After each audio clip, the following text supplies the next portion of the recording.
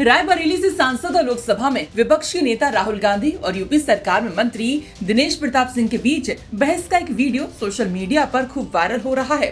दरअसल कल रायबरेली में हुई दिशा की बैठक में राहुल गांधी और दिनेश प्रताप के बीच जमकर तू मैं हो गई। बहस इसलिए हुई कि बैठक में राहुल गांधी ने कहा कि वो अध्यक्ष हैं, दिशा बैठक में उनसे पूछकर ही चर्चा होनी चाहिए। तो इस पर मंत्री दिनेश प्रताप जवाब देते हैं कि जब लोकसभा में आप अध्यक्ष का कहना नहीं मानते तो वह उनका कहना मानने को यहाँ बाध्य नहीं है।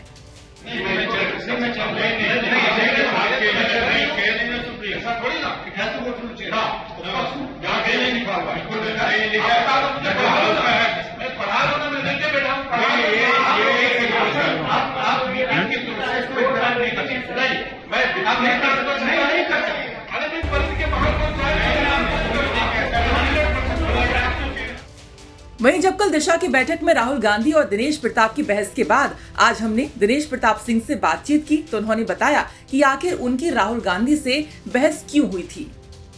रायबरेली में कल दिशा की एक बैठक हुई। बैठक इतनी दिलचस्प हो गई कि उसके चर्चे आज सोशल मीडिया के हर कोने पर सुनाई पड़ रहे हैं। क्यों दिलचस्प हुई, कौन मुख्य कलाकार के तौर पर थे जिनकी वजह से बैठक दिलचस्प हुई? राहुल गांधी और मंत्री दिनेश प्रताप सिंह। यूपी सरकार में मंत्री हैं दिनेश प्रताप सिंह, रायबरेली से चुनाव लड़े हैं, वो हमारे साथ हैं। बहुत स्वागत है आपको दिनेश जी। दिनेश जी, दिशा की बैठक तो खैर जिले के विकास के लिए होती है, आप सबकी कोशिश होती है, चाहे आप हो या नेता विपक्ष हो, कि विकास हो। कल की बैठक हुई, एक वीडियो सामने आता है, उसमें देखने को मिलता है कि आपकी और राहुल गांधी की कुछ बातों को लेकर बहस हो रही है। जरा बताइए शुरुआत कहां से हुई? देखिए, पूरा देश इस बात को महसूस कर रहा है कि कुछ तो है जो राहुल गांधी पास नहीं हो पा रहे हैं। राहुल गांधी जी दिशा की बैठक में खुद और अपने सह अध्यक्ष अमेठी के सांसद किशोरीलाल शर्मा, 7-8 अपने नामित कांग्रेस पार्टी के सदस्य और 7-8 दिल्ली के लोगों को साथ में ले जाते हैं गाइड करने के लिए। फिर भी उन्हें आज तक ये नहीं पता है कि दिशा की गाइडलाइन में क्या क्या लिखा है और इस बैठक को कैसे संचालित किया जाना चाहिए। तो जब वो दिशा की गाइडलाइन के विपरीत कोई चीज बोलते थे तो मुझे लगता था कि ये असंवैधानिक है, इसे नहीं होना चाहिए, और मैं उन्हें रोकता था। उनको लगता था कि मैं अध्यक्ष हूं तो सब कुछ हूं, तो मैंने कहा नहीं, आप अध्यक्ष हो लेकिन सब कुछ नहीं हो। बोले मैं अध्यक्ष हूं, मैं जो कहूंगा वो होगा। हमने कहा मैंने बहुत देखा है आपको लोकसभा में, वहां भी एक अध्यक्ष होता है और शायद इससे बड़ा अध्यक्ष होता है। जब आप वहां उस अध्यक्ष का कहना नहीं मानते तो यहां आप जैसे अध्यक्ष का कहना मानने के लिए दिनेश सिंह बाध्य नहीं है।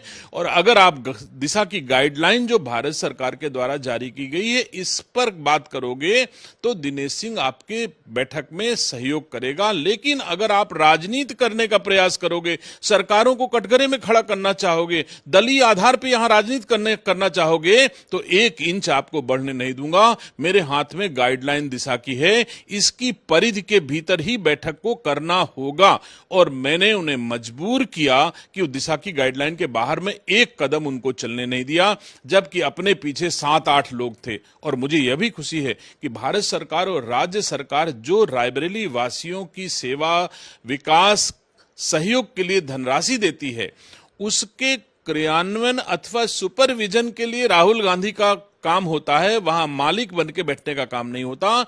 और सुपरविजन करते समय राहुल गांधी 8-9 लोगों को लेकर के गए थे, सब मिल करके अधिकारियों से सवाल उठा रहे थे, लेकिन एक भी सवाल उनका ऐसा नहीं रहा जिसका बढ़िया अधिकारी न दे सके हो। हमारे राज्य सरकार दोनों इतनी बेहतर काम कर रही कि राहुल गांधी कोई सवाल पूछ नहीं सके। लेकिन आपने जब ये बात कही कि मैं बाध्य नहीं हूं, आप तो लोकसभा में जवाब नहीं देते हैं, अध्यक्ष की बात को नहीं मानते हैं, बेसिकली उनका जवाब क्या था इस बात को लेकर?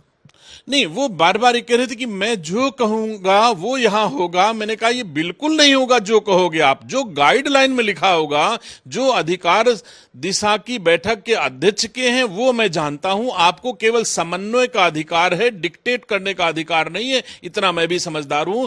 आप आखिरी लाइन पढ़ लीजिए, उसमें लिखा है कि दिशा समन्वय करेगी, भारत सरकार जो धन देती है उसका बेहतर उपयोग हो, बेहतर क्रियान्वयन है, गुणवत्ता पर काम हो, इसका केवल अधिकार है। इसी के परिधि के भीतर आपको रहना है। इसके बाहर में आपको राजनीति करने के लिए दिशा का मंच उपलब्ध नहीं होने दूंगा।